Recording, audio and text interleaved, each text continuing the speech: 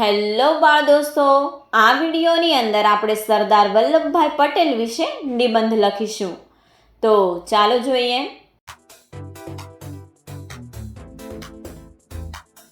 સરદાર વલ્લભભાઈ પટેલનો જન્મ 31 ઓક્ટોબર 1875ના રોજ નડિયાદમાં થયો હતો. તેમના પિતાનું નામ ઝવેરભાઈ અને તેમની માતાનું નામ લાડબાઈ હતું. વલ્લભભાઈ બાળપણથી જ નીડર અને હિંમતવાન હતા.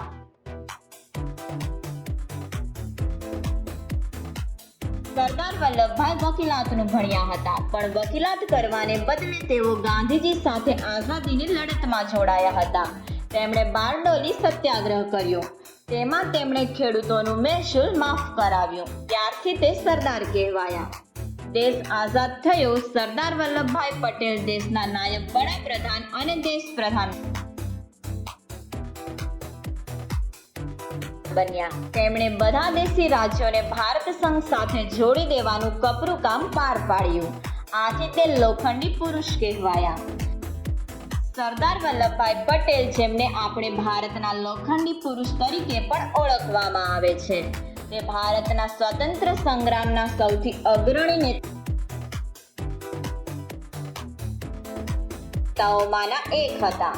સરદાર વલ્લભભાઈ પટેલ વ્યવસાયે વકીલ હતા, પરંતુ તેમના દેશ પ્રત્યેના પ્રેમે તેમને રાજકારણી અને સ્વતંત્રતા સેનાની બનાવ્યા. બ્રિટિશ શાસનથી ભારતની આઝાદીની લડતમાં સરદાર વલ્લભભાઈ પટેલે મહત્વની ભૂમિકા ભજવી હતી. તેઓ ભારતીય રાષ્ટ્રીય કોંગ્રેસના નેતાઓમાંના એક હતા અને તેમણે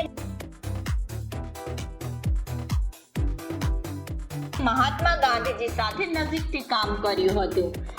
તેઓ રાજકીય કુશળતા, નેતૃત્વ કૌશલ્ય અને ભારતની આઝાદીના હેતુ માટે અતૂટ પ્રતિબદ્ધતા માટે જાણીતા હતા. સરદાર વલ્લભભાઈ પટેલ અહિંસક પ્રતિકારના મજબૂત હિમાયતી હતા અને તેમણે બ્રિટિશ શાસન સામે વિવિધ શાંતિપૂર્ણ વિરોધ પ્રદર્શનો યોજવામાં મહત્વપૂર્ણ ભૂમિકા ભજવી હતી. સરદાર વલ્લભભાઈ પટેલ મહાન દ્રષ્ટિ અને દૂરંદેશી ધરાવતા માણસ હતા. તેઓ દ્રઢપણે માનતા હતા કે ભારતમાં એકતા રહેશે તો જ મહાનતા પ્રાપ્ત કરી શકશે. તેમણે વિવિધ પ્રદેશો, ધર્મો અને જાતિઓના લોકોને એક સાથે લાવવા અને રાષ્ટ્રીય એકતાની ભાવના બનાવવા માટે અથાગ મહેનત કરી. ભારતની એકતા અને અખંડિતતામાં તેમનું યોગદાન અજોડ છે.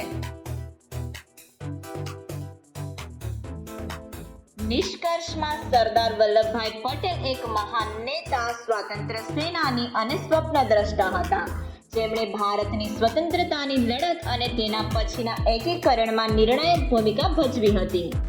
તેમનો વારસો ભારતીયોની પેઢીઓને અખંડ અને સમૃદ્ધ ભારત તરફ કામ કરવા માટે પ્રેરિત કરે છે. 15મી ડિસેમ્બર 1950ના રોજ તેમનું અવસાન થયું. દેશના આ મહાન નેતાને હંમેશા પ્રજાજનો યાદ કરશે. સબસ્ક્રાઇબ કરો અમારી ચેનલ ક્રેઝી કિડ્સ લર્નિંગ. નવા વિડીયોનું નોટિફિકેશન મેળવવા માટે બેલ આઇકોન પ્રેસ કરવાનું ચૂકશો નહીં. અને જો તમને વિડીયો પસંદ આવે તો લાઈક અને શેર કરવાનું ભૂલશો નહીં.